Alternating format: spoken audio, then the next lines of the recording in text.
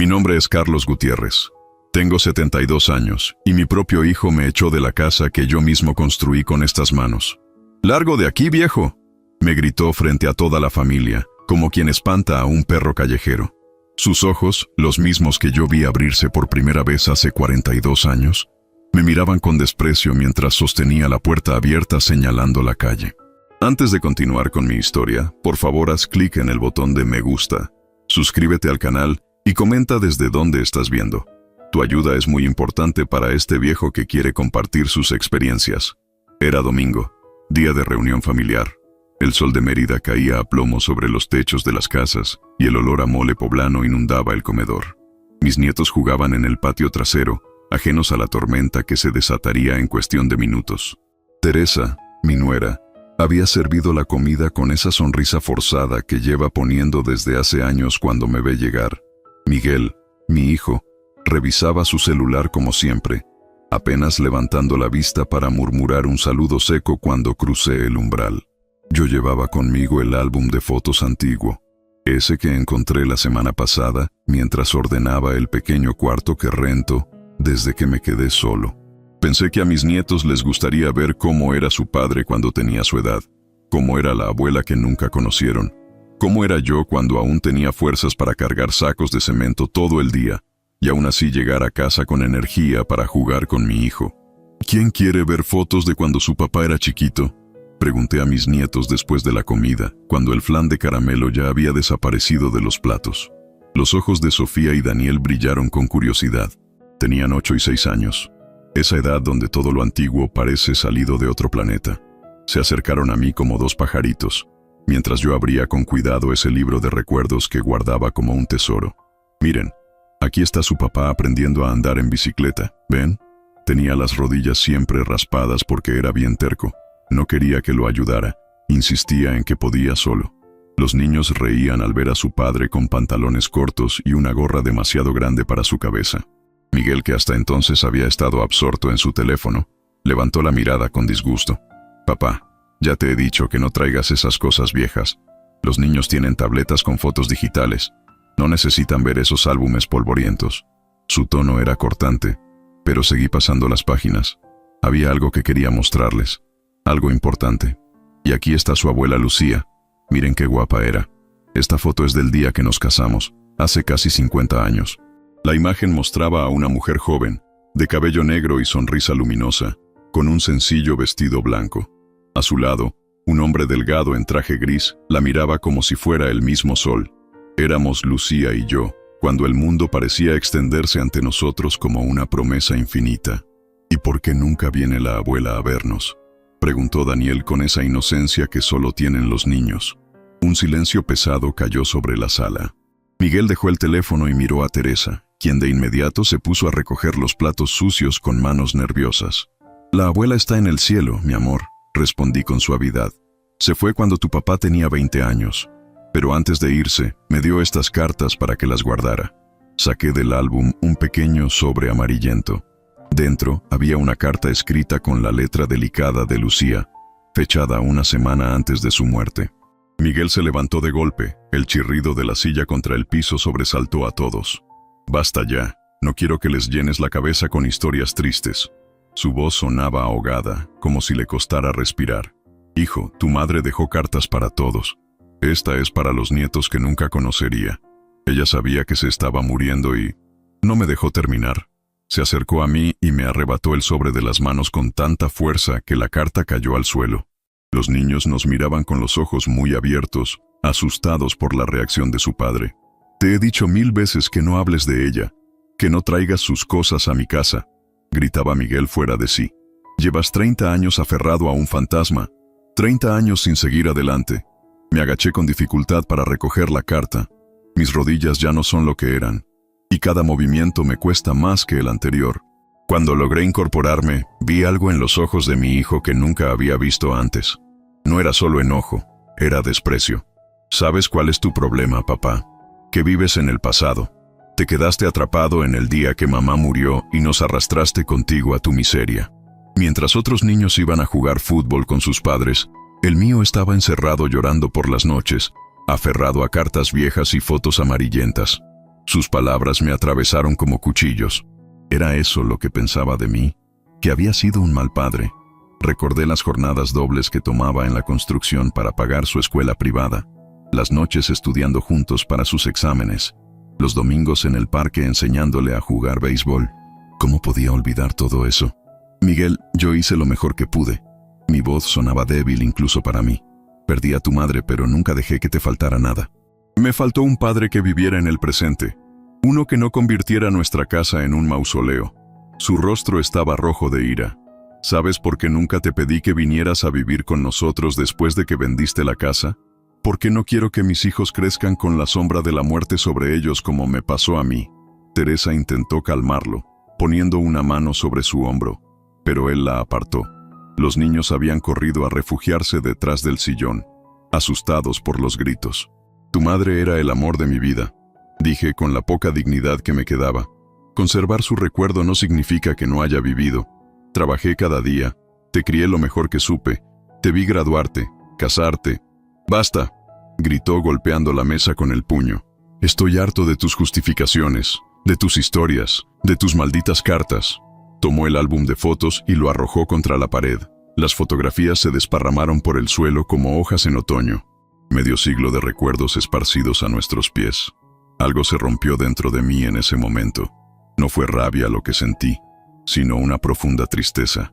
¿En qué momento mi pequeño Miguel, el niño que se dormía en mis brazos mientras le contaba cuentos, se había convertido en este hombre lleno de rencor?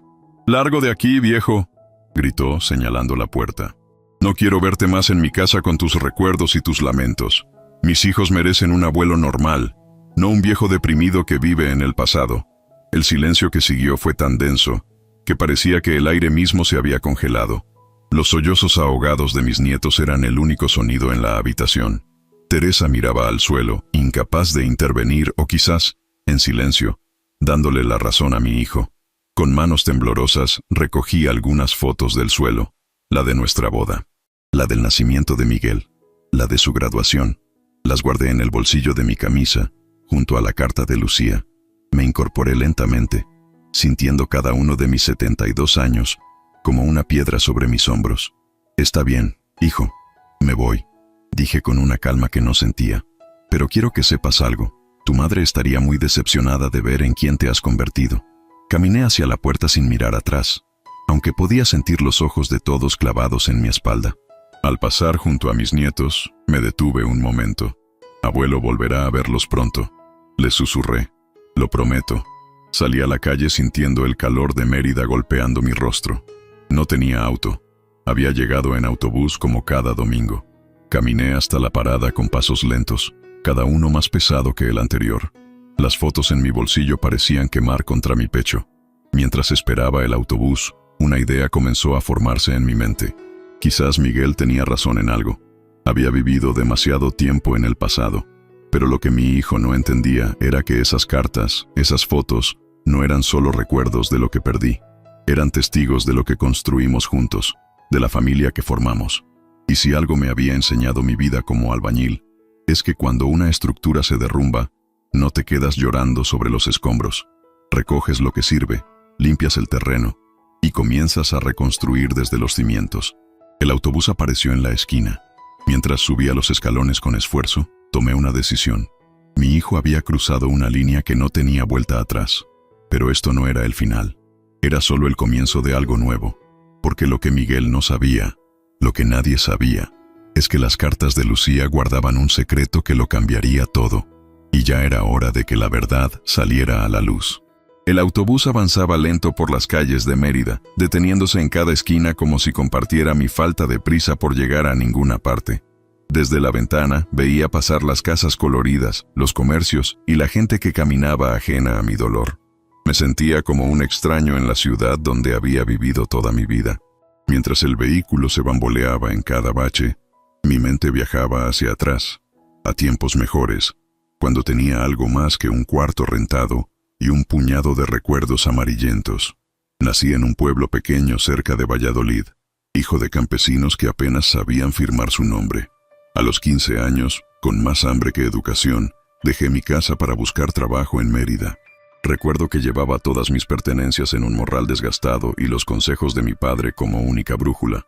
Trabaja duro, sé honrado y nunca olvides de dónde vienes, mijo.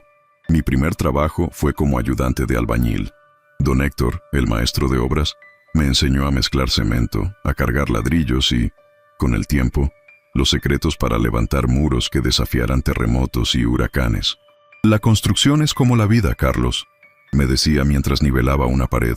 Necesita buenos cimientos, paciencia y saber cuándo hay que reforzar y cuándo hay que dejar que el material respire por sí solo.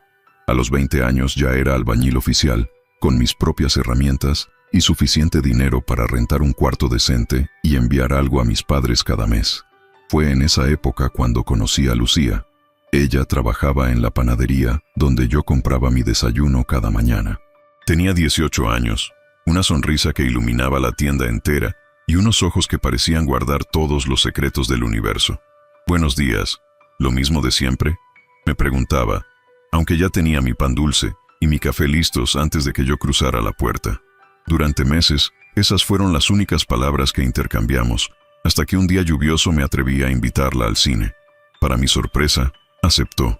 La película era mala, pero no importó. Al salir, caminamos bajo la lluvia compartiendo mi única sombrilla, y sentí que había encontrado algo que no sabía que estaba buscando. Nos casamos 2 años después, en una ceremonia sencilla. Mis padres vinieron desde el pueblo, orgullosos pero incómodos en sus ropas de domingo. Los de Lucía, comerciantes modestos pero con más mundo que los míos, organizaron una pequeña fiesta en el patio de su casa. Éramos jóvenes, estábamos enamorados, y el futuro se extendía ante nosotros como un lienzo en blanco. Al principio, vivimos en un cuarto rentado, ahorrando cada peso. Lucía seguía trabajando en la panadería, y yo tomaba todos los trabajos de construcción que podía encontrar. Nuestro sueño era tener nuestra propia casa, un lugar que nadie pudiera quitarnos. 3 años después de la boda, encontramos un terreno pequeño en las afueras de la ciudad. No era mucho, pero era nuestro. Con la ayuda de algunos compañeros de trabajo, comencé a construir nuestra casa los fines de semana. Lucía venía conmigo, preparaba comida para todos y, cuando podía, me ayudaba a pasar ladrillos o mezclar cemento. «Cada ladrillo que ponemos es una promesa que cumplimos», decía ella, con las manos manchadas de mezcla y el rostro brillante de sudor y felicidad. La casa nos tomó casi 2 años terminarla. Era modesta. 2 habitaciones, un baño, cocina y sala comedor. Pero para nosotros era un palacio. El día que nos mudamos, Lucía plantó un flamboyán en el patio trasero.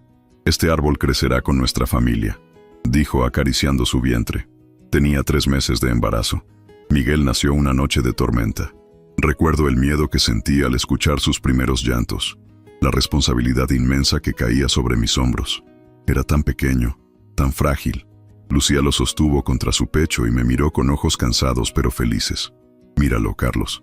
Es perfecto. Es lo mejor que hemos construido juntos».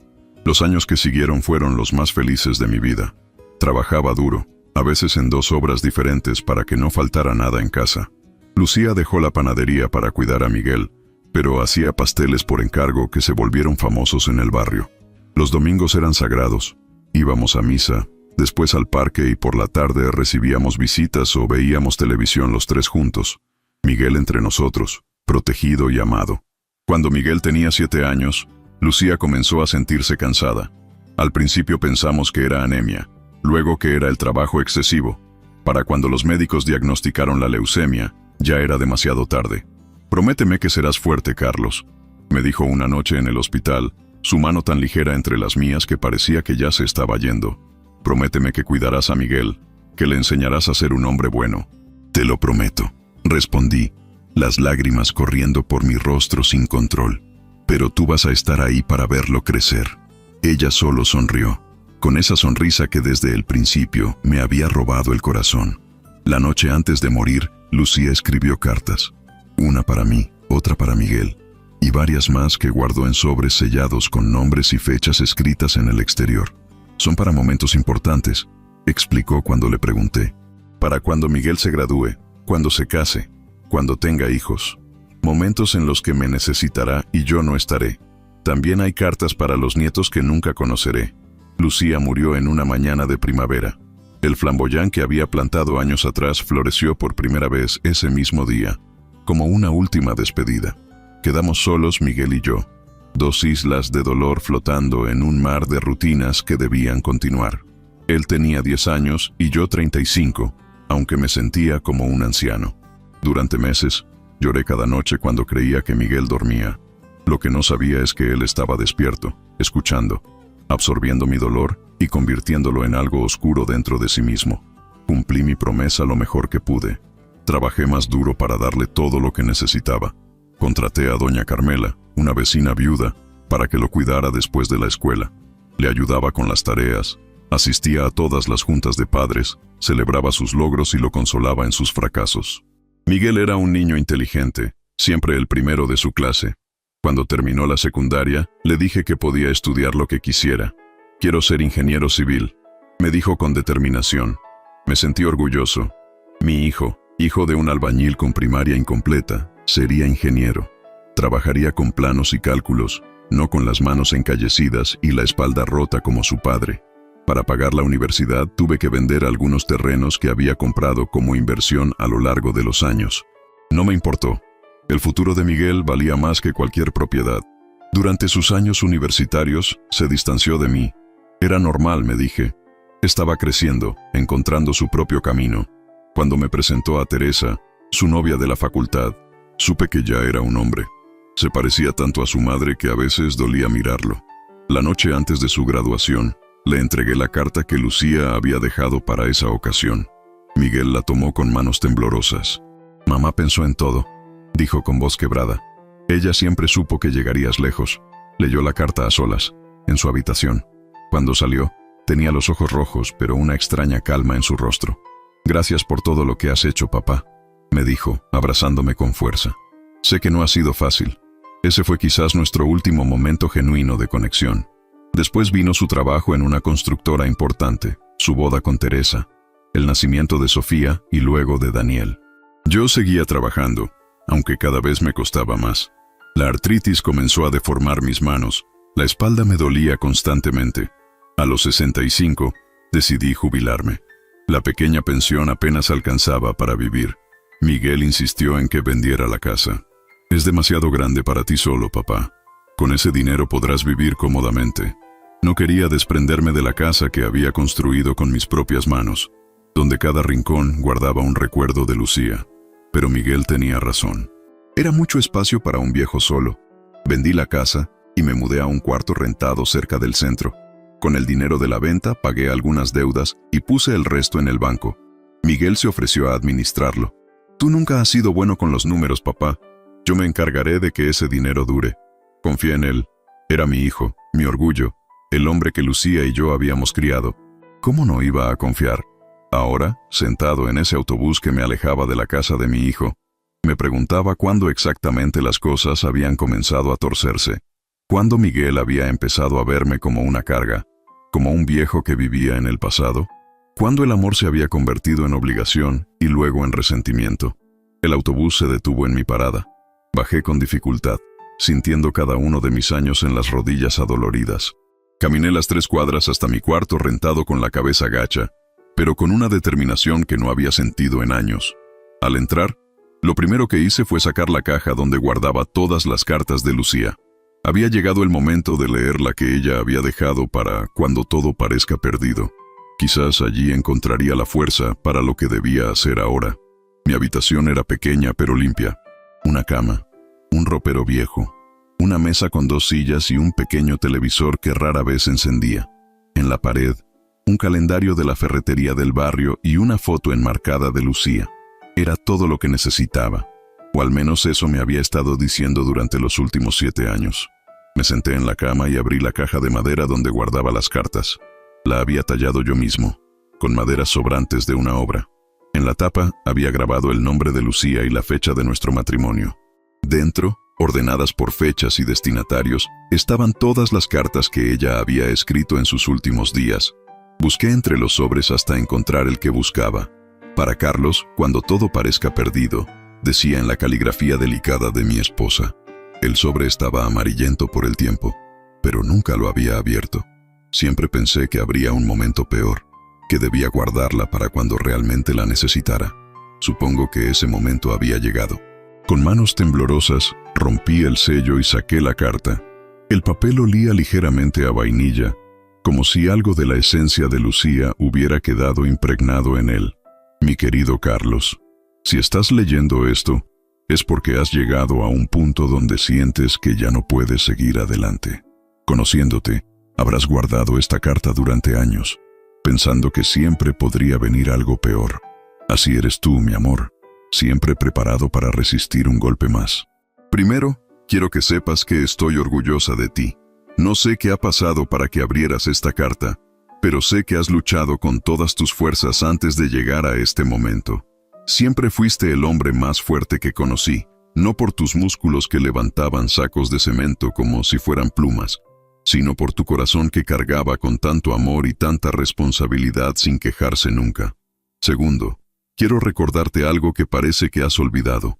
No estás solo, nunca lo has estado. Incluso ahora, cuando ya no estoy físicamente contigo, hay una parte de mí que vive en cada persona que has tocado con tu bondad. Vivo en Miguel, en cada gesto que heredó de nosotros. Vivo en los edificios que ayudaste a construir. Vivo en los recuerdos de quienes nos conocieron juntos. Tercero, y más importante, quiero que entiendas que el amor no es una cantidad limitada que se acaba cuando se reparte. Al contrario, crece cuando se comparte. Sé que has guardado mucho de tu amor conmigo, en el pasado, en lo que perdimos. Pero la vida sigue, Carlos, y mereces vivir cada día que te quede con plenitud, no solo como un espectador de los recuerdos. Es hora de que hagas algo por ti mismo. No por Miguel, no por mí, no por nadie más, solo por ti. Siempre fuiste un hombre de familia, un pilar para los demás. Ahora te toca ser el protagonista de tu propia historia. Y hay algo más que debes saber. Me detuve en la lectura. Las lágrimas nublaban mi vista y me costaba distinguir las palabras. Respiré hondo varias veces antes de continuar. Hay algo más que debes saber. El dinero que guardamos en la caja fuerte de casa, ese que nunca quisimos poner en el banco porque no confiábamos en los bancos después de la crisis del 94. Sigue ahí. Cuando vendas la casa, si es que lo haces algún día, asegúrate de revisar detrás del azulejo suelto en el baño principal. Hay casi 70,000 pesos que fui ahorrando durante años sin que lo supieras. Era mi sorpresa para nuestro aniversario número 30, un viaje a España para visitar la tierra de tus abuelos. Ahora quiero que uses ese dinero para comenzar de nuevo, para hacer lo que siempre quisiste hacer y nunca pudiste. Te amo, Carlos. Te he amado desde el primer día y te seguiré amando donde sea que esté. Pero por favor, no me uses como excusa para no vivir. Honra mi memoria viviendo plenamente, no preservándome como una reliquia en una vitrina. Con todo mi amor, para siempre, Lucía. Doblé la carta con cuidado y la volví a meter en el sobre. Las palabras de Lucía resonaban en mi cabeza como si las estuviera escuchando directamente de su voz. Después de tantos años, seguía conociendo mis pensamientos mejor que yo mismo. Pero había un problema. La casa ya no era mía. La había vendido hace 7 años, siguiendo el consejo de Miguel. ¿Y el dinero? Ese dinero del que Lucía hablaba en su carta. Ese dinero que nunca encontré porque no sabía que existía. ¿Dónde estaba ahora? La respuesta me golpeó como un martillazo. Si el dinero estaba escondido detrás de un azulejo en el baño principal, y yo nunca lo encontré porque no sabía que estaba allí, entonces seguía en la casa cuando la vendí. Y la casa la había comprado Miguel, mi propio hijo. Recordé entonces el día de la mudanza. Miguel había insistido en supervisar personalmente el vaciado de la casa. Tú descansa, papá. Yo me encargo de todo, me había dicho. También recordé que pasó mucho tiempo revisando el baño principal, asegurándose de que no quedara nada. ¿Sería posible? ¿Mi propio hijo me había robado? La idea era tan dolorosa que intenté apartarla de mi mente. Pero ciertas cosas empezaban a tener sentido. La repentina renovación de su casa poco después de comprar la mía. El coche nuevo. Las vacaciones en Cancún que nunca se habría podido permitir con su salario. Y luego estaba el dinero de la venta de la casa. Miguel se había ofrecido a administrarlo por mí.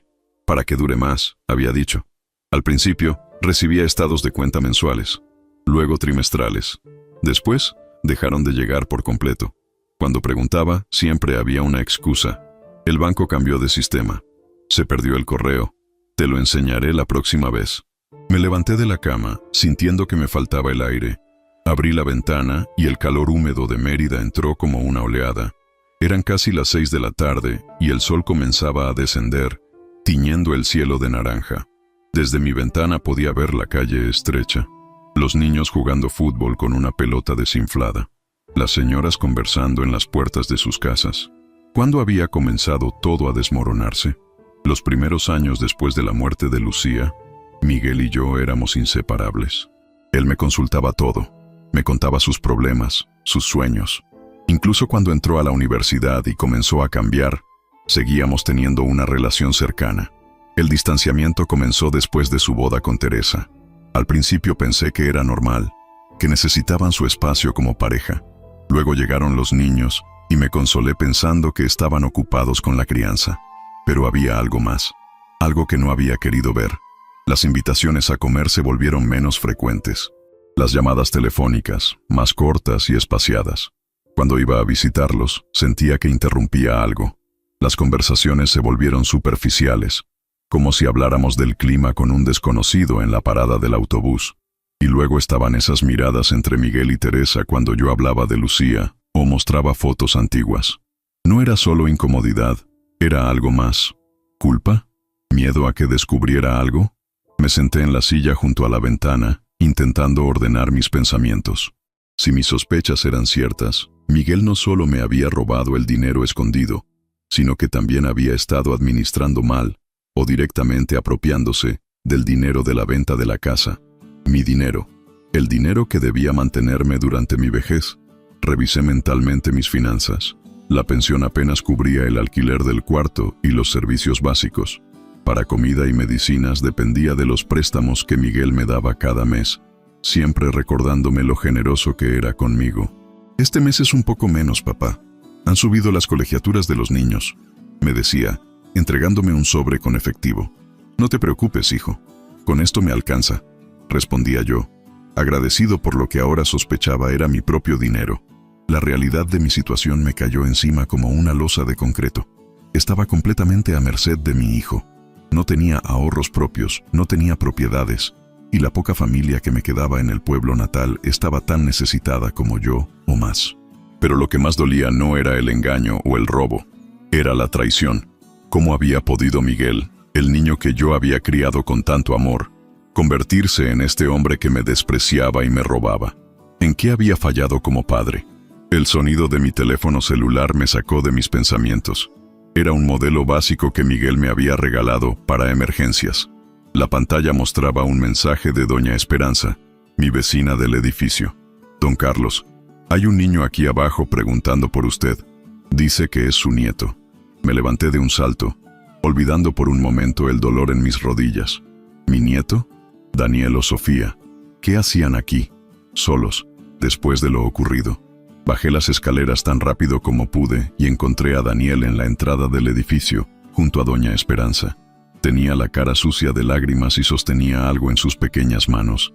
«Abuelo», gritó, corriendo hacia mí. «Te estuve buscando». Lo abracé fuerte, sintiendo su cuerpecito temblar contra mi pecho. «Daniel, ¿qué haces aquí? ¿Cómo llegaste? Tus padres deben estar preocupados». Me escapé, dijo con la determinación que solo tienen los niños de 6 años. «Papá rompió tus fotos y te gritó cosas feas. No quiero estar en esa casa. Quiero estar contigo». Mi corazón se encogió. Lo separé un poco para mirarlo a los ojos. «¿Cómo llegaste hasta aquí, mijo?» «Tomé el autobús. Sofía me dio dinero de su alcancía. Ella quería venir también, pero tenía que quedarse para que no se dieran cuenta que yo me fui. La idea de mi nieto de 6 años viajando solo por la ciudad me llenó de terror. Cualquier cosa podría haberle pasado. Tenemos que llamar a tus padres, Daniel. Deben estar muy asustados». «No», gritó aferrándose a mi camisa. «Papá me va a regañar, y no quiero volver. Es malo contigo». Fue entonces cuando noté lo que Daniel llevaba en las manos. Era una de las fotos que se habían caído al suelo cuando Miguel arrojó el álbum contra la pared. Una foto de Lucía cargando a Miguel recién nacido, con mi brazo rodeando sus hombros. «La recogí cuando nadie miraba», explicó Daniel entregándomela, «para que no estuvieras triste sin tus fotos». En ese momento, algo cambió dentro de mí. La resignación y la tristeza dieron paso a una determinación que no había sentido en años. No se trataba solo de mí o del dinero robado. Se trataba de mis nietos, de lo que estaban aprendiendo sobre el respeto a los mayores, sobre la honestidad, sobre la familia. Miguel podía haberme robado, podía haberme echado de su casa, pero no permitiría que mis nietos crecieran pensando que esa era la forma correcta de tratar a un padre, a un abuelo, a cualquier ser humano. Vamos a llamar a tus padres, dije finalmente, con voz firme. Pero antes, vamos a hacer un trato tú y yo. Daniel me miró con sus grandes ojos, tan parecidos a los de Lucía. ¿Qué trato, abuelo? Voy a luchar para verte a ti y a tu hermana más seguido. Y voy a arreglar las cosas con tu papá, pero a mi manera. ¿Confías en mí? Daniel asintió solemnemente. Confío en ti, abuelo. Eres el hombre más bueno del mundo. Mientras subíamos a mi habitación para llamar a Miguel, supe que el tiempo de ser un viejo resignado había terminado. Era hora de recuperar no solo lo que me pertenecía por derecho, sino también mi dignidad, porque como Lucía había escrito en su carta, ya era hora de ser el protagonista de mi propia historia. ¿Cómo pudiste ser tan irresponsable? La voz de Miguel retumbaba en el pequeño espacio de mi habitación mientras agarraba a Daniel del brazo con más fuerza de la necesaria. Toda la policía de Mérida te está buscando. Tu madre está llorando desde hace horas. Daniel mantenía la cabeza agachada, pero podía ver las lágrimas silenciosas que corrían por sus mejillas. Me dolía no poder intervenir, pero sabía que cualquier palabra mía solo empeoraría la situación. Lo siento, papá, murmuró el niño. Lo siento no es suficiente, continuó Miguel, con la cara enrojecida de rabia. Pudiste haber sido secuestrado, atropellado. ¿Tienes idea de lo peligrosa que es la ciudad para un niño solo? Finalmente, no pude contenerme más. Ya entendió Miguel. Está asustado y arrepentido. Mi hijo me lanzó una mirada que podría haber congelado el infierno. ¿Y tú? ¿Por qué no nos llamaste inmediatamente cuando llegó? Te llamé en cuanto subimos a la habitación. Respondí, intentando mantener la calma. Pasaron menos de 10 minutos. 10 minutos en los que seguíamos buscándolo como locos. Gritó y luego bajó la voz para añadir con veneno. Aunque no me sorprende, siempre has sido egoísta. Esas palabras me golpearon como una bofetada. ¿Egoísta yo? ¿El hombre que había sacrificado todo por su hijo? Quería responderle, recordarle los turnos dobles que tomaba para pagar su universidad, las noches sin dormir cuando enfermaba, los sueños propios que había abandonado para que él pudiera realizar los suyos. Pero me contuve. No delante de Daniel. Vámonos, ordenó Miguel, tirando del brazo de su hijo. Tu madre está esperando en el coche. Daniel me miró con ojos suplicantes. ¿Puedo despedirme del abuelo? Miguel dudó un momento, pero finalmente aflojó su agarre. Un minuto. Te espero abajo. En cuanto la puerta se cerró tras Miguel, Daniel se lanzó a mis brazos. No quiero irme, abuelo. Lo abracé fuerte, sintiendo cómo su pequeño corazón latía contra mi pecho. Tienes que ir con tus padres, mijo. Ellos te quieren y han estado muy preocupados. Pero papá te trata mal, y no me dejará verte otra vez. Te prometo que nos volveremos a ver pronto. Le aseguré, aunque no estaba seguro de cómo cumpliría esa promesa. Mientras tanto, quiero que seas un niño bueno y obediente, ¿sí? No más escapadas. Es peligroso. Daniel asintió solemnemente. Te quiero, abuelo. Y yo a ti, mi niño. Más de lo que imaginas. Cuando la puerta se cerró tras Daniel, me quedé solo con el silencio y el peso de mis pensamientos. Las sospechas sobre el dinero escondido, la forma en que Miguel me había estado tratando, la carta de Lucía, todo daba vueltas en mi cabeza como un torbellino. Me asomé a la ventana, justo a tiempo para ver a Miguel subiendo al coche donde Teresa esperaba, con una expresión de alivio al ver a Daniel. Por un instante, nuestras miradas se cruzaron a través del parabrisas. No había en sus ojos ni un ápice del cariño que alguna vez me tuvo. Solo frialdad y quizás miedo. Miedo de que yo hubiera descubierto su secreto. Esa noche no pude dormir. Repasaba una y otra vez los últimos años, buscando el momento exacto en que mi hijo había dejado de respetarme, de quererme. ¿Había sido culpa mía? ¿Lo había asfixiado con mi dolor después de la muerte de Lucía? ¿O había sido el dinero lo que había envenenado su corazón? A la mañana siguiente, tomé una decisión. Necesitaba saber la verdad sobre el dinero escondido y sobre lo que había pasado con el dinero de la venta de la casa. Pero para eso, necesitaba ayuda. Don Joaquín había sido mi amigo durante más de 30 años. Nos conocimos en una obra en el centro histórico de Mérida, cuando ambos éramos jóvenes albañiles llenos de sueños. Ahora era maestro de obras y tenía su pequeña empresa constructora. Siempre me había ofrecido trabajo cuando lo necesitaba, incluso cuando mis manos ya no eran tan fuertes como antes. Lo encontré supervisando una remodelación en una casa antigua del centro. A pesar de sus 65 años, seguía subiendo a los andamios con la agilidad de un hombre mucho más joven. «Carlos», exclamó al verme, bajando de un salto para abrazarme. «¿Qué te trae por aquí, compadre? ¿Buscando chamba? Porque siempre hay un lugar para ti en mi cuadrilla». «Vengo a pedirte un favor, Joaquín, pero no es trabajo lo que necesito». Le conté todo: la pelea con Miguel, la carta de Lucía, el dinero escondido, mis sospechas sobre lo que había pasado con el dinero de la venta de la casa. Joaquín me escuchó sin interrumpir, su rostro volviéndose más serio con cada palabra. «Ese muchacho», murmuró cuando terminé. «Siempre pensé que tenía suerte de tener un padre como tú. Mi viejo me daba más golpes que consejos. Necesito pruebas, Joaquín. Necesito saber si realmente me robó». Mi amigo asintió, pensativo. «La casa sigue siendo de Miguel, ¿verdad? No la ha vendido». «No, viven ahí desde que se la vendí». «Entonces el dinero, si es que sigue ahí, estaría detrás del azulejo del baño principal. Pero no puedo simplemente entrar a buscar. Y si Miguel lo encontró, ya no estará ahí». Joaquín sonrió, con esa sonrisa astuta que ponía cuando tenía un plan. «Tal vez no puedas entrar, pero yo sí. Miguel no me conoce, ¿verdad? Te vio en mi jubilación, pero dudo que te recuerde». «Perfecto. Tengo una idea». El plan de Joaquín era simple pero ingenioso. Se presentaría en casa de Miguel como inspector de la compañía de agua, alegando una fuga en la zona que podría afectar a varias casas. Necesitaría revisar los baños para descartar filtraciones. «¿Y si Teresa está sola en casa?», pregunté, preocupado. «Mejor aún. Las mujeres suelen ser menos desconfiadas con estas cosas». «No sé, Joaquín. Parece peligroso». «¿Peligroso?», rió mi amigo. «He entrado a casas en colonias donde te disparan primero y preguntan después. La zona residencial de tu hijo es un paseo por el parque en comparación». 2 días después, Joaquín se presentó en mi cuarto rentado con una sonrisa triunfal.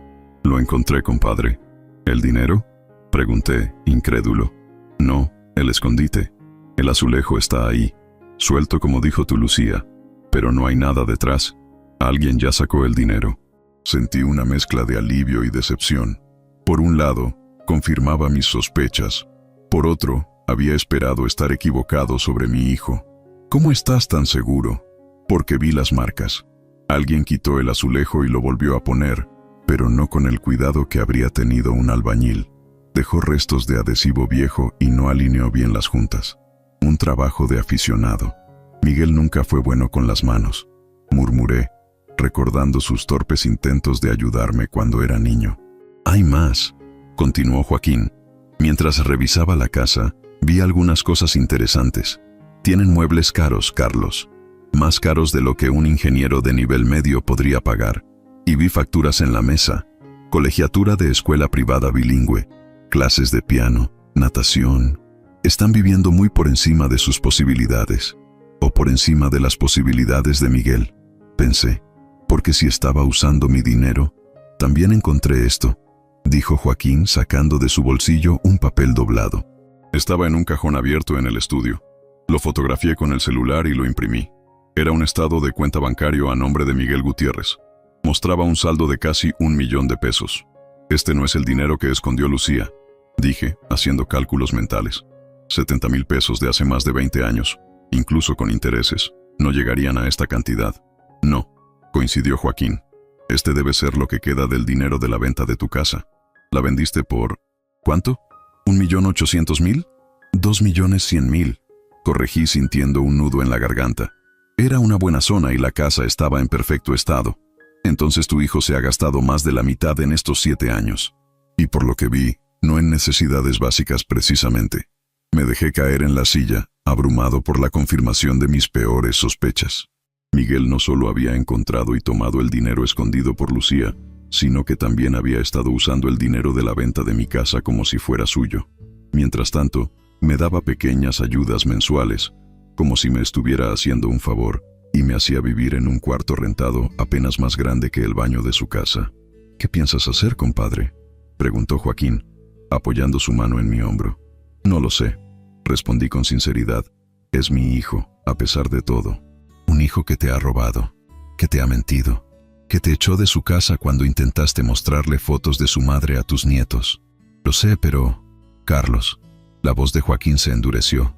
Siempre has sido demasiado bueno, demasiado comprensivo.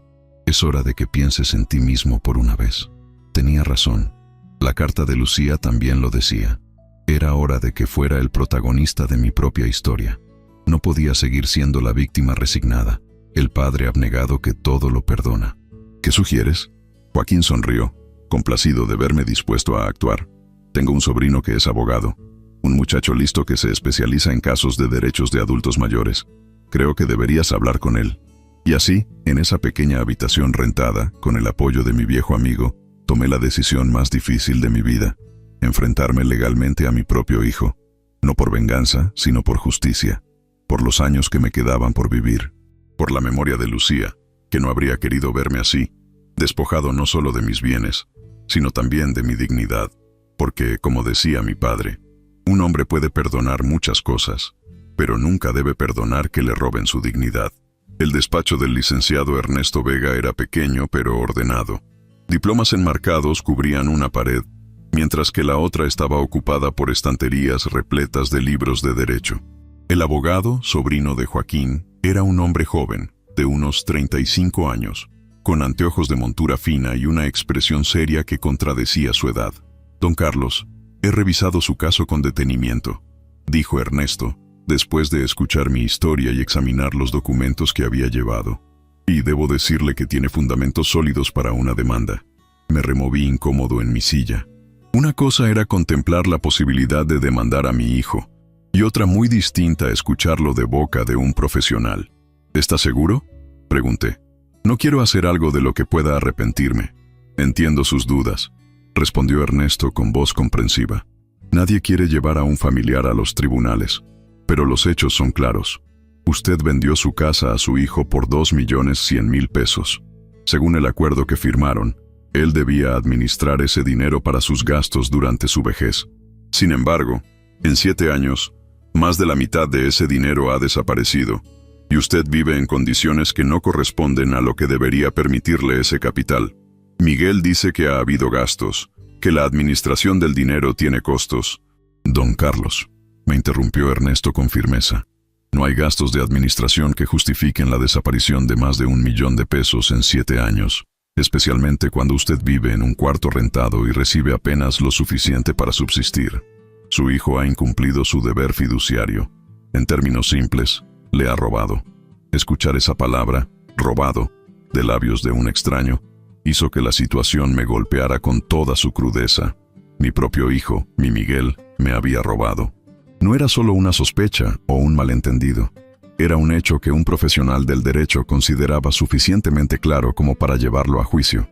¿Y qué hay del dinero que mi esposa escondió?, pregunté, recordando la carta de Lucía. No tengo pruebas de que existiera, solo su carta. Ese asunto es más complicado, admitió Ernesto. Sin testigos o registros del dinero, sería difícil demostrar su existencia en un tribunal. Pero el dinero de la venta de la casa es otro asunto. Tenemos documentos, transferencias bancarias, el acuerdo firmado. Con eso es suficiente. ¿Y qué pasaría si decidiera seguir adelante? Ernesto se reclinó en su silla, adoptando un tono más profesional. Presentaríamos una demanda civil por administración fraudulenta y apropiación indebida. Solicitaríamos la devolución del dinero restante, una compensación por lo gastado indebidamente y posiblemente una pensión alimenticia para adulto mayor, dado que su hijo tiene la obligación legal de velar por su bienestar. ¿Tendríamos que ir a juicio? La idea de enfrentarme a Miguel en un tribunal me provocaba náuseas. No necesariamente. Muchos de estos casos se resuelven en mediación. Con las pruebas que tenemos, su hijo probablemente preferirá llegar a un acuerdo antes que arriesgarse a una sentencia judicial que podría incluir cargos penales. ¿Cargos penales? La sorpresa me dejó sin aliento. No quiero que Miguel vaya a la cárcel. Es mi hijo, a pesar de todo. Ernesto me miró con comprensión. Don Carlos, entiendo sus sentimientos. Pero debe entender algo. Lo que su hijo ha hecho no es solo moralmente reprobable, es un delito. Usted puede decidir no presentar cargos penales, pero el fraude y la apropiación indebida son hechos graves ante la ley. Guardé silencio, intentando procesar todo lo que estaba escuchando. Una parte de mí quería levantarme y salir de allí, olvidar todo el asunto, aceptar mi situación como una penitencia por cualquier error que hubiera cometido como padre. Pero otra parte, una que sonaba extrañamente como la voz de Lucía, me urgía a defenderme, a reclamar lo que era mío por derecho. ¿Cuánto costaría todo esto?, pregunté finalmente. No tengo mucho dinero. Mi tío Joaquín ya me habló de eso. Sonrió Ernesto. Trabajaré su caso a comisión. Es decir, solo cobraré un porcentaje de lo que logremos recuperar. Si no recuperamos nada, lo cual dudo mucho, no me deberá nada. ¿Por qué haría eso por mí? Apenas nos conocemos. Mi tío habla muy bien de usted. Dice que es uno de los hombres más honrados que ha conocido.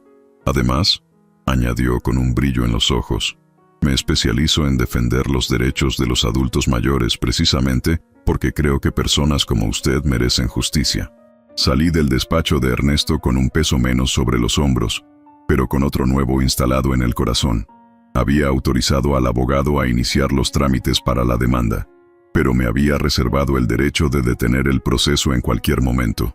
Ernesto me había asegurado que intentaría una mediación antes de llegar a los tribunales, dándome así la oportunidad de resolver el asunto de manera menos confrontacional. Necesitará estar preparado, me había advertido Ernesto antes de despedirnos. Su hijo probablemente reaccionará con enojo cuando reciba la notificación. Podría intentar intimidarlo o manipularlo emocionalmente. Lo sé, respondí, recordando la mirada de desprecio de Miguel el día que me echó de su casa. Pero ya no soy el mismo hombre de hace unas semanas. Y era cierto. Algo había cambiado en mí desde que leí la carta de Lucía, desde que Daniel apareció en mi puerta, desde que confirmé que Miguel me había estado robando. Era como si un fuego que llevaba años apagado se hubiera vuelto a encender en mi interior. Ya no era solo el viejo Carlos que vivía de recuerdos y resignación. Era de nuevo el hombre que había construido una casa con sus propias manos, el que había criado a un hijo solo, el que nunca se había rendido ante las dificultades. Caminando por las calles de Mérida, decidí tomar un desvío antes de volver a mi cuarto. Quería visitar el parque donde solía llevar a Miguel cuando era niño. Era un lugar sencillo, con juegos oxidados y bancas descoloridas por el sol, pero para nosotros había sido especial. Allí le enseñé a andar en bicicleta, a lanzar una pelota, a trepar árboles. Allí celebramos sus cumpleaños con pasteles que Lucía horneaba, compartiendo con los niños del barrio. Me senté en una banca, observando a los niños que ahora jugaban donde alguna vez lo hizo mi hijo. ¿En qué momento se había perdido esa conexión entre nosotros? Cuando el amor y la admiración en sus ojos habían dado paso al resentimiento y la codicia. Recordé algo que Lucía solía decir: los hijos son como flechas que lanzamos al futuro. Una vez que salen del arco, ya no podemos cambiar su trayectoria. Quizás ese había sido mi error. Había pasado tanto tiempo lamentando el pasado que había perdido de vista la dirección que tomaba mi hijo. Pero ahora no se trataba solo de Miguel y de mí. Estaban mis nietos, Sofía y Daniel, que merecían crecer en un hogar donde se respetara a los mayores, donde la honestidad y la integridad fueran valores fundamentales. ¿Qué lección estarían aprendiendo al ver cómo su padre trataba a su abuelo? Un balón rodó hasta mis pies, sacándome de mis reflexiones. Un niño de unos 8 años, con las rodillas raspadas y la camiseta manchada de tierra, se acercó corriendo. «Lo siento, señor», dijo, mirándome con una mezcla de vergüenza y expectativa. Le devolví el balón con una sonrisa. «No hay problema, mijo. Juega con cuidado». El niño tomó el balón y, antes de volver con sus amigos, me miró con curiosidad. «¿Está triste, señor?». La pregunta me tomó por sorpresa. Tan evidente era mi tristeza que hasta un niño desconocido podía percibirla. «Un poco», admití. «A veces los adultos nos ponemos tristes. Mi mamá dice que cuando estoy triste, debo pensar en cosas bonitas», dijo el niño con la sabiduría simple de la infancia, como helado de chocolate o los goles que mete mi equipo favorito. Sonreí ante su inocencia. «Es un buen consejo, lo intentaré». El niño asintió, satisfecho de haber ayudado, y corrió de vuelta a su juego. Lo observé alejarse, recordando cuando Miguel tenía esa edad, esa inocencia. esa capacidad de ver el mundo de manera simple y directa. Mientras volvía a mi cuarto, comencé a pensar en cosas bonitas, como había sugerido aquel niño desconocido. Pensé en Lucía y en los años felices que compartimos, en Miguel cuando era pequeño y me miraba como si yo pudiera arreglar cualquier problema en el mundo, en mis nietos y en la posibilidad de seguir siendo parte de sus vidas, de transmitirles algo de la sabiduría que los años me habían dado. Y también pensé en el futuro. Por primera vez en mucho tiempo, me permití imaginar un mañana diferente, uno donde no viviera al día, dependiendo de la caridad fingida de mi hijo, uno donde tuviera un pequeño departamento propio, tal vez, donde mis nietos pudieran visitarme sin restricciones, donde pudiera envejecer con dignidad, como Lucía habría querido. 2 días después, recibí una llamada de Ernesto. Ya había enviado la carta formal a Miguel, notificándole de nuestra intención de iniciar acciones legales si no accedía a una mediación. Me advirtió que probablemente Miguel me contactaría pronto. Alterado por la noticia, no tuve que esperar mucho.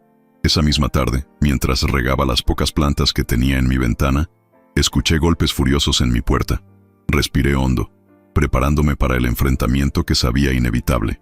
Al abrir la puerta, encontré a Miguel con el rostro desencajado por la ira, agitando los papeles que Ernesto le había enviado. «¿Qué demonios significa esto?», gritó, entrando a mi habitación sin esperar invitación. «¿Me estás demandando? ¿A tu propio hijo?». Me mantuve en calma, recordando el consejo de Ernesto. No se deje intimidar. Mantenga la compostura y la dignidad. No es una demanda todavía, Miguel. Es una invitación a hablar, a resolver las cosas como adultos. ¿Resolver qué cosas? Su voz temblaba de rabia. ¿Que te he dado un techo, comida, dinero durante años? ¿Que he cuidado de ti cuando nadie más lo haría? Has administrado mi dinero, hijo. El dinero de la venta de mi casa. La casa que construí con mis propias manos para nuestra familia. Miguel soltó una risa amarga. ¿Tu dinero? Vendiste esa casa porque ya no podías mantenerla. Porque eres un viejo inútil que no sabe administrar ni un peso. Yo te hice un favor comprándola. Sus palabras me dolieron, pero ya no tenían el poder de destruirme como antes. Ahora veía claramente lo que estaba pasando. Mi hijo estaba asustado de ser descubierto, de enfrentar las consecuencias de sus acciones. Miguel, dije con voz tranquila, ambos sabemos la verdad. Sé lo del dinero que tu madre escondió detrás del azulejo del baño. Sé que lo encontraste cuando compraste la casa. Sé que has estado usando el dinero de la venta como si fuera tuyo, mientras me das migajas y me haces vivir en estas condiciones. El color abandonó su rostro. Por un momento, pareció que iba a negarlo todo, pero luego sus hombros se hundieron ligeramente. Tú no necesitabas ese dinero, murmuró, evitando mi mirada. Solo lo habrías malgastado en tonterías, en mantener vivo el recuerdo de mamá. No era tu decisión tomarlo sin decírmelo. Era mi dinero, Miguel, mío y de tu madre. Mi hijo me miró entonces con una mezcla de desafío y miedo. ¿Y qué piensas hacer? ¿Llevarme a la cárcel? ¿Es eso lo que quieres? ¿Qué dirán mis hijos cuando su padre esté tras las rejas por culpa de su abuelo? No quiero que vayas a la cárcel, hijo. Solo quiero lo que es mío por derecho. Quiero vivir mis últimos años con dignidad. Y quiero poder ver a mis nietos sin tener que rogarte. Miguel se pasó la mano por el pelo, un gesto que hacía desde niño cuando se sentía acorralado. «Esto no se va a quedar así, papá», dijo finalmente con voz fría. «No sabes con quién te estás metiendo». Y con esa amenaza velada salió de mi habitación, cerrando la puerta con un golpe que hizo temblar las paredes. Me senté en la cama, sintiendo cómo las piernas me fallaban después de la tensión del encuentro. Pero a pesar del miedo y la tristeza, también sentía una extraña sensación de liberación. Por primera vez en años, había enfrentado a mi hijo como un igual, no como un anciano indefenso que debía agradecer las obras de atención y recursos que le arrojaban. El camino que había elegido no sería fácil. Miguel no cedería sin luchar, pero ya no estaba solo en esta batalla. Tenía a Joaquín, a Ernesto, y lo más importante, tenía la certeza de que lo que estaba haciendo era lo correcto, porque como decía Lucía en su carta, ya era hora de que fuera el protagonista de mi propia historia. Los días que siguieron a la visita de Miguel fueron extrañamente tranquilos. Esperaba represalias, llamadas furiosas, quizás incluso otra visita cargada de amenazas, pero nada de eso sucedió. El silencio de mi hijo era más inquietante que cualquier confrontación. Es una táctica, me explicó Ernesto cuando le comenté mi preocupación durante nuestra reunión semanal. Quiere que piense que ha reconsiderado, que tal vez está dispuesto a negociar, pero mientras tanto, probablemente esté moviendo el dinero a otras cuentas o poniéndolo a nombre de terceros. ¿Puede hacer eso?, pregunté, alarmado ante la posibilidad de que Miguel pudiera esconder los fondos que quedaban. Puede intentarlo, pero ya hemos solicitado medidas cautelares. Si mueve grandes cantidades, el banco lo reportará. Además, tenemos el estado de cuenta que mi tío fotografió. Eso prueba que el dinero estaba ahí hace unas semanas. La explicación me tranquilizó, pero no del todo. Conocía a mi hijo. Siempre había sido inteligente, calculador. No se quedaría de brazos cruzados viendo cómo le quitaba lo que consideraba suyo. Lo que no esperaba era la forma que tomaría su contraataque. Una tarde, mientras regresaba de comprar tortillas en la tienda de la esquina, vi un coche patrulla estacionado frente a mi edificio. 2 policías conversaban con doña Esperanza, mi vecina. Al verme, ella me señaló con una expresión preocupada. «¿Señor Carlos Gutiérrez?», preguntó uno de los oficiales, un hombre joven con bigote fino. «Sí, soy yo», respondí, sintiendo un nudo en el estómago. «Tenemos que pedirle que nos acompañe a la estación», dijo mostrándome una identificación. «Hay una denuncia en su contra». «¿Una denuncia? ¿De qué se me acusa?». El oficial consultó una libreta pequeña que sacó de su bolsillo. «Acoso y amenazas. El denunciante es Miguel Gutiérrez. Dice que es su hijo». Sentí que el suelo se tambaleaba bajo mis pies. ¿Miguel me había denunciado a la policía? ¿Me acusaba de amenazarlo? Debe haber un error, balbuceé. Yo no he amenazado a nadie. Al contrario, fue mi hijo quien vino a mi casa hace unos días y... «Puede explicarlo todo en la estación, señor», me interrumpió el oficial. «Por favor, acompáñenos». El viaje a la comisaría fue una pesadilla. Nunca en mis 72 años había tenido problemas con la ley. La idea de ser tratado como un criminal, a mi edad, por una acusación falsa de mi propio hijo, me provocaba una mezcla de humillación y rabia que apenas podía contener.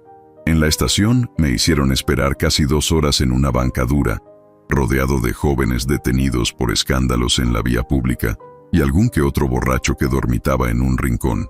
Finalmente, un oficial administrativo me llamó para tomarme declaración. «Su hijo afirma que después de recibir una carta de un abogado exigiendo dinero, usted fue a su casa y lo amenazó», explicó el oficial leyendo la denuncia. «Dice que le dijo, y cito textualmente, «Vas a pagar por lo que has hecho, aunque tenga que acabar contigo». «Eso es mentira», exclamé indignado. «Fue él quien vino a mi casa, furioso por la carta del abogado. Él me amenazó a mí, no al revés». El oficial me miró con expresión cansada. Probablemente escuchaba versiones contradictorias todos los días. ¿Tiene testigos de lo que dice? ¿Alguien que pueda confirmar que fue él quien lo visitó y no al revés? Pensé en doña Esperanza, que había visto a Miguel salir furioso de mi cuarto, pero no estaba seguro de si había presenciado toda la escena o si estaría dispuesta a testificar. Mi vecina vio algo, pero no sé si vio todo, admití. Pero tengo al licenciado Ernesto Vega como mi abogado. Él puede confirmar que yo no estaba exigiendo dinero, sino recuperando lo que es mío legalmente. El oficial tomó nota de lo que le dije y me informó que, por ahora, no habría cargos formales, pero que debía estar disponible por si el caso procedía. Me advirtió que no me acercara a mi hijo ni a su familia hasta que el asunto se resolviera. Salí de la comisaría sintiéndome sucio, aunque no hubiera hecho nada malo. Llamé inmediatamente a Ernesto para contarle lo sucedido. «Es una táctica de intimidación», me aseguró el abogado, su voz calmada pero firme. «Quiere asustarlo para que retire la demanda, pero esto solo demuestra que está desesperado. ¿Y si presenta cargos formales? ¿Podría ir a la cárcel? No se preocupe por eso, don Carlos. Es su palabra contra la suya y usted tiene un historial intachable. Además, esta acción juega a nuestro favor. Demuestra la clase de persona que es su hijo, dispuesto a mentir a las autoridades para evitar enfrentar sus responsabilidades». Las palabras de Ernesto me tranquilizaron un poco, pero el incidente me dejó profundamente perturbado. Una cosa era sospechar que mi hijo me había robado, y otra muy distinta confirmar que estaba dispuesto a cualquier cosa, incluso a enviar a su propio padre a la cárcel, con tal de proteger su dinero mal habido. Esa noche, sentado junto a la ventana de mi cuarto, Observando las luces de la ciudad parpadear en la distancia, tomé una decisión. Si Miguel quería guerra, la tendría. Pero yo lucharía con la verdad como única arma. Al día siguiente, Joaquín me llevó en su camioneta a los estudios de Radio Yucatán, una emisora local donde tenía un contacto. Don Marcos Solís, el director de noticias, era un hombre mayor que había conocido a Lucía cuando ella trabajaba en la panadería del centro. «Carlos Gutiérrez, ¿cuánto tiempo sin verte?», me saludó con un abrazo afectuoso. Joaquín me contó por encima lo que está pasando. Es una historia difícil. Por eso estoy aquí, Marcos. Necesito contar mi versión antes de que las mentiras de mi hijo me destruyan. Don Marcos me escuchó atentamente mientras le relataba toda la historia. La muerte de Lucía, las cartas que dejó, cómo había criado solo a Miguel, la venta de la casa, el descubrimiento del dinero escondido, la administración fraudulenta de mi hijo y ahora, la falsa denuncia policial. Cuando terminé mi relato, don Marcos tenía una expresión seria en el rostro. Es una historia poderosa, Carlos, y lamentablemente, muy común. Muchos adultos mayores sufren abusos patrimoniales de sus propios hijos, pero pocos se atreven a denunciarlo públicamente. Yo tampoco quería hacerlo, confesé, pero Miguel no me ha dejado alternativa. Si no hablo ahora, su versión será la única que se escuche. Don Marcos asintió, comprensivo. Tengo un programa de entrevistas los martes. Voces de Yucatán se llama.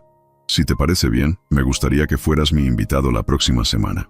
Contarías tu historia y hablaríamos sobre el problema del abuso patrimonial a los adultos mayores en general. Sería una manera de ayudar a otros que están pasando por lo mismo. La idea de exponerme públicamente, de contar mi historia personal ante miles de oyentes, me aterrorizaba, pero también sentía que era lo correcto, no solo por mí, sino por todos aquellos que, como yo, sufrían en silencio el abuso de sus propios familiares. Lo haré, dije finalmente, con una determinación que sorprendió incluso a Joaquín, pero con una condición. No quiero que mi participación se anuncie previamente. No quiero que Miguel pueda prepararse o intentar detenerme. Don Marcos sonrió, complacido con mi decisión. Así será. Solo anunciaremos que tendremos un invitado especial que hablará sobre un tema de interés social. Nadie sabrá que eres tú hasta que salgas al aire. La entrevista estaba programada para el martes siguiente a las 10 de la mañana. Durante los días previos, ensayé mentalmente lo que diría, cómo lo diría, qué partes de mi historia destacaría.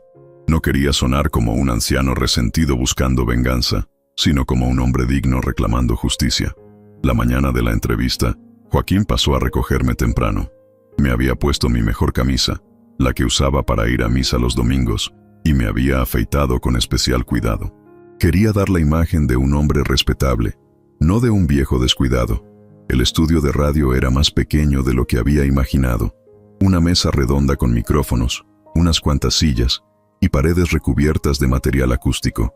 Don Marcos me recibió con una sonrisa tranquilizadora. Relájate, Carlos. Solo habla con sinceridad, como lo harías con un amigo. Olvídate de que hay micrófonos. Asentí, aunque sentía la boca seca y las manos ligeramente temblorosas. Don Marcos me ofreció un vaso de agua y me indicó dónde sentarme. Me colocaron unos auriculares y ajustaron el micrófono a la altura de mi boca. Estamos al aire en 3, 2, 1, indicó el técnico detrás del cristal. Buenos días, Yucatán, comenzó don Marcos con su voz grave y melodiosa. Bienvenidos a Voces de Yucatán, el espacio donde damos voz a quienes normalmente no la tienen. Hoy tenemos un programa especial sobre un tema que afecta a muchos de nuestros adultos mayores: el abuso patrimonial por parte de familiares. Mi invitado de hoy es don Carlos Gutiérrez, un hombre de 72 años que ha decidido romper el silencio y contar su historia. Don Carlos, bienvenido. Gracias, don Marcos, respondí, sorprendido de lo firme que sonaba mi voz. Buenos días a todos los que nos escuchan. Don Carlos, cuéntenos un poco sobre usted. ¿A qué se dedicaba antes de jubilarse? Fui albañil toda mi vida. Trabajé en la construcción desde los 15 años. Con estas manos, las levanté, aunque sabía que los oyentes no podían verlas. Ayudé a construir muchos de los edificios que hoy forman parte de Mérida, y también construí mi propia casa, ladrillo a ladrillo, para mi esposa Lucía y nuestro hijo Miguel. Durante la siguiente hora, compartí mi historia sin reservas. Hablé de Lucía y de cómo su muerte había dejado un vacío imposible de llenar, de cómo había criado solo a Miguel, trabajando turnos dobles para que pudiera estudiar y convertirse en ingeniero, de la venta de la casa y el acuerdo con mi hijo para que administrara el dinero, de cómo, poco a poco, había sido relegado a un cuarto rentado mientras él vivía con lujos, del descubrimiento de las cartas de Lucía y del dinero escondido que nunca me mencionó, y finalmente, de la falsa denuncia policial. En ningún momento mencioné el nombre completo de Miguel ni su lugar de trabajo. No quería destruir su reputación, solo exponer la verdad de lo que estaba pasando. Lo que más me duele, concluí, con la voz quebrada por la emoción, no es el dinero, es la traición. Es saber que mi propio hijo, al que di todo lo que tenía, me ve como una carga, como un viejo inútil del que puede aprovecharse. Hubo un momento de silencio en el estudio. Don Marcos, visiblemente conmovido, tardó unos segundos en retomar la palabra. Don Carlos, su testimonio es verdaderamente impactante.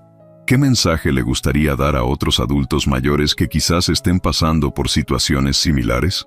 Reflexioné un momento antes de responder.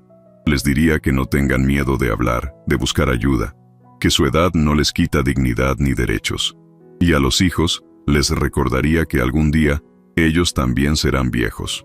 Que el respeto que muestren hoy a sus padres es el mismo que recibirán mañana de sus propios hijos. Cuando salimos del aire, don Marcos me abrazó con fuerza. Has sido muy valiente, Carlos. Tu testimonio ayudará a muchos. No sabía entonces cuánta razón tenía, ni cómo aquella entrevista cambiaría el curso de mi batalla con Miguel. No esperaba que mi voz, la voz de un viejo albañil contando su historia en una radio local, pudiera generar tanto impacto, pero lo hizo. Las llamadas comenzaron a llegar esa misma tarde, primero a la emisora, luego a mi teléfono. Don Marcos me había pedido permiso para dar mi número a personas que quisieran contactarme. Eran adultos mayores como yo, contándome historias similares a la mía. Hijos que les habían quitado sus casas, sus ahorros, que los habían relegado a cuartos traseros o asilos mientras disfrutaban de sus bienes.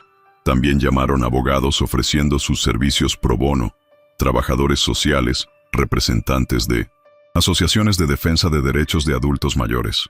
Incluso un diputado local se interesó en mi caso, prometiendo revisar la legislación sobre el abuso patrimonial a personas de la tercera edad.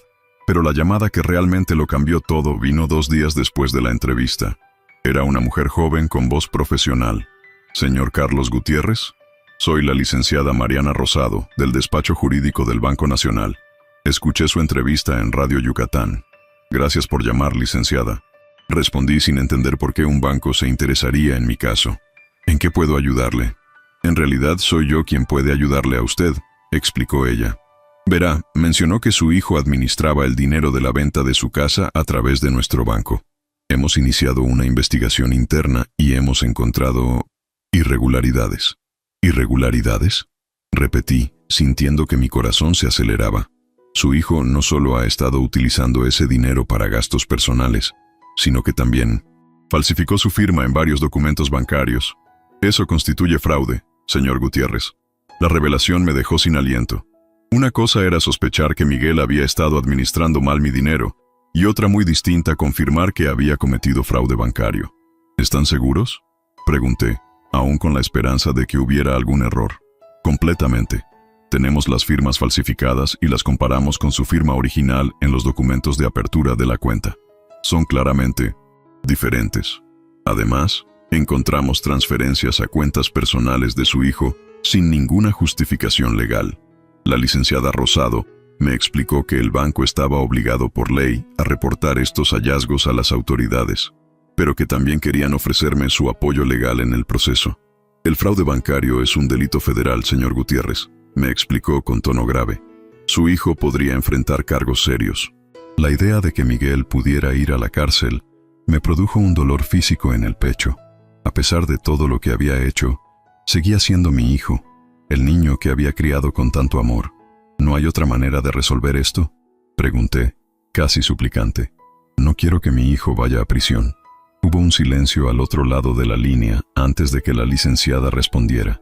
Hay opciones. Podríamos negociar un acuerdo donde su hijo devuelva el dinero, pague una multa y quizás haga servicio comunitario, pero necesitaríamos su cooperación completa. La tendrá, aseguré, sintiendo un alivio momentáneo. Después de colgar, llamé inmediatamente a Ernesto para contarle las novedades. Mi abogado ya estaba al tanto. El banco se había comunicado con él antes que conmigo. Esto cambia todo, don Carlos, me dijo, sin ocultar su satisfacción. Con el banco de nuestro lado, su hijo no tiene más opción que negociar, y en términos muy favorables para usted. Los acontecimientos se precipitaron en los días siguientes. El banco presentó una denuncia formal contra Miguel. La policía lo detuvo para interrogarlo, y aunque lo liberaron el mismo día, la experiencia debió ser suficientemente aterradora como para hacerlo reconsiderar su posición, porque 3 días después, recibí una llamada de Teresa, mi nuera. Su voz sonaba temblorosa, como si hubiera estado llorando. Don Carlos, ¿podríamos vernos? Necesito hablar con usted. Acordamos encontrarnos en una cafetería cerca de mi cuarto. Cuando llegué, Teresa ya estaba allí, con los ojos enrojecidos y una expresión de profunda angustia en el rostro. Gracias por venir, dijo, mientras el mesero nos servía café. Miguel no sabe que estoy aquí. ¿Cómo está él? Pregunté, genuinamente preocupado. Destrozado, respondió ella con sinceridad. Asustado, furioso, todo a la vez. No ha dormido desde que lo llevaron a la comisaría. Sentí una punzada de culpa, pero me recordé a mí mismo que yo no había iniciado esto. Miguel había tomado sus propias decisiones que ahora tenían consecuencias. Lamento que los niños tengan que pasar por esto, dije, pensando en mis nietos. Ellos no saben lo que está pasando, todavía, aclaró Teresa. Les dijimos que su papá tiene problemas en el trabajo, pero su voz se quebró. Eso podría cambiar si Miguel va a la cárcel. No quiero que vaya a la cárcel, le aseguré. Nunca fue mi intención. Teresa me miró directamente a los ojos por primera vez desde que nos sentamos. Entonces, ¿qué quiere, don Carlos? ¿Cuál es su precio para retirar los cargos? La pregunta me ofendió. No se trataba de un precio, como si estuviera extorsionando a mi propio hijo. No estoy vendiendo mi silencio, Teresa. Solo quiero lo que es mío por derecho. Y quiero ver a mis nietos regularmente, sin tener que rogar o ser tratado como un estorbo. Teresa asintió lentamente, como procesando mis palabras. Miguel está dispuesto a devolverle el dinero que queda, pero no puede reponer lo que ya gastó. No de inmediato. ¿Y cuánto queda? Pregunté, aunque ya tenía una idea por los informes del banco. Poco más de 800,000 pesos, admitió, evitando mi mirada. El resto lo usamos para remodelar la casa, para el coche, las vacaciones, las colegiaturas. Más de 1,000,000 de pesos gastados en lujos mientras yo vivía en un cuarto rentado con lo mínimo necesario. La injusticia de todo aquello volvió a golpearme con fuerza. Ese dinero debía durarme el resto de mi vida, Teresa. Era mi seguridad para la vejez. Lo sé, murmuró ella, visiblemente avergonzada. Y lo siento. Yo también soy culpable. Vi lo que Miguel estaba haciendo y no dije nada. Me convencí de que usted estaba bien, que no necesitaba tanto. Su confesión me sorprendió. No esperaba que Teresa admitiera su complicidad. Al menos eres honesta ahora, dije, suavizando un poco mi tono. Tengo que serlo. Por mis hijos. No quiero que crezcan viendo a su padre en la cárcel, pero tampoco quiero que aprendan que está bien tratar así a los abuelos, a los padres. Su voz se quebró de nuevo. Los niños lo extrañan, don Carlos. Sofía pregunta por usted todos los días. Y Daniel. Él sigue guardando esa foto que recogió el día de la pelea. La mención de mis nietos derritió algo dentro de mí. Los extrañaba terriblemente. Podemos encontrar una solución, Teresa. Una que no destruya a la familia más de lo que ya está.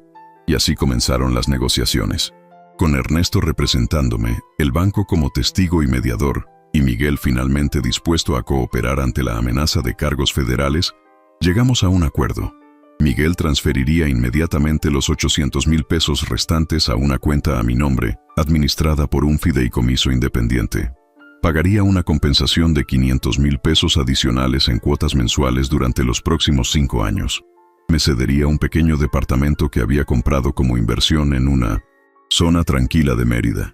Y lo más importante para mí, tendría derecho a visitas regulares con mis nietos, incluyendo la posibilidad de que pasaran un fin de semana al mes conmigo en mi nuevo departamento.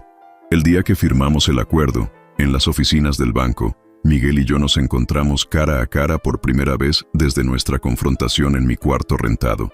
Se veía demacrado, con ojeras profundas y una expresión derrotada que me dolió ver, a pesar de todo. «Papá», murmuró cuando nos quedamos momentáneamente solos. No digas nada, Miguel. Lo interrumpí. No es el momento. Quizás algún día, cuando las heridas no estén tan frescas, podamos hablar de verdad. Asintió en silencio y firmó los documentos sin más comentarios. Una semana después, me mudé a mi nuevo departamento. Era pequeño, pero cómodo. Una recámara, sala-comedor, cocina y un balcón con espacio para algunas macetas. El fideicomiso había comenzado a funcionar, asegurando que tendría dinero suficiente para vivir con dignidad el resto de mis días. El primer fin de semana que mis nietos vinieron a visitarme fue como un renacimiento. Preparé la recámara adicional con 2 camitas, compré sus cereales favoritos, incluso aprendí a usar Netflix para que pudieran ver sus programas preferidos. Sofía, ahora de 9 años, me abrazó con tanta fuerza cuando llegó que sentí que me quedaría sin aire. «Te extrañé mucho, abuelito», dijo, con sus grandes ojos fijos en los míos. «¿Ya no estás triste?» «No, mi niña, ya no estoy triste». Daniel, siempre más reservado, me entregó un dibujo que había hecho. Un hombre mayor con una gran sonrisa, rodeado de flores y un sol brillante. «Para el mejor abuelo del mundo», decía en letras infantiles. «Mamá dijo que ahora vivirás aquí y que podremos visitarte siempre», dijo, con una seriedad que contrastaba con sus 7 años. «¿Es verdad?» «Es verdad, mijo. Este es mi nuevo hogar y siempre serán bienvenidos». Ese fin de semana jugamos juegos de mesa. Les conté historias de cuando su abuela Lucía vivía. Incluso les mostré a hacer figuritas de alambre, un pasatiempo que había aprendido en las obras cuando era joven. No mencionamos a Miguel ni los problemas recientes. Era un tiempo para sanar, para reconectar. Cuando Teresa vino a recogerlos el domingo por la tarde, la noté diferente, más relajada, más cálida conmigo. «Se ven felices», comentó mientras los niños recogían sus cosas. «No los veía así desde hace mucho. Los niños son resilientes», respondí, «y tienen un don especial para vivir en el presente, sin cargar con los errores del pasado». Teresa asintió pensativa. Miguel preguntó si sería posible que él también viniera algún día. «No pronto, pero quizás en algún momento». La petición me sorprendió. No esperaba que mi hijo quisiera verme, al menos no tan pronto. «Dile que la puerta está abierta», respondí tras un momento de reflexión. «Cuando esté listo». Mientras veía el coche alejarse, con mis nietos saludando desde la ventana trasera, sentí una extraña sensación de paz. No era el final feliz de un cuento de hadas. Mi relación con Miguel seguiría siendo complicada por mucho tiempo, quizás para siempre. El dolor y la traición no desaparecerían de la noche a la mañana, pero había recuperado algo más valioso que el dinero o la casa: mi dignidad, mi autonomía, mi derecho a ser tratado con respeto. Y había asegurado mi lugar en la vida de mis nietos, esos pequeños seres que llevaban en su sangre no solo los genes de Miguel, sino también los míos y los de Lucía. Esa noche, sentado en mi balcón, contemplando las estrellas sobre Mérida, saqué la foto que Daniel me había devuelto aquel día. Lucía sosteniendo a Miguel recién nacido, y yo abrazándolos a ambos. La miré largamente, sintiendo que, de alguna manera, ella había estado guiándome todo este tiempo. «Lo logré, mi amor», murmuré a la noche. No de la manera que habría querido, pero lo logré. Y aunque no obtuve respuesta, podría jurar que sentí una brisa cálida acariciar mi rostro, como si Lucía, desde donde estuviera, me estuviera diciendo: «Siempre supe que lo harías, mi Carlos. Siempre supe que encontrarías la fuerza para ser el protagonista de tu propia historia». Si esta historia te conmovió, suscríbete a nuestro canal para más relatos de vida que tocan el corazón. Comparte en los comentarios si conoces a alguien que, como Carlos, ha luchado por su dignidad y respeto. Nos vemos en el próximo episodio.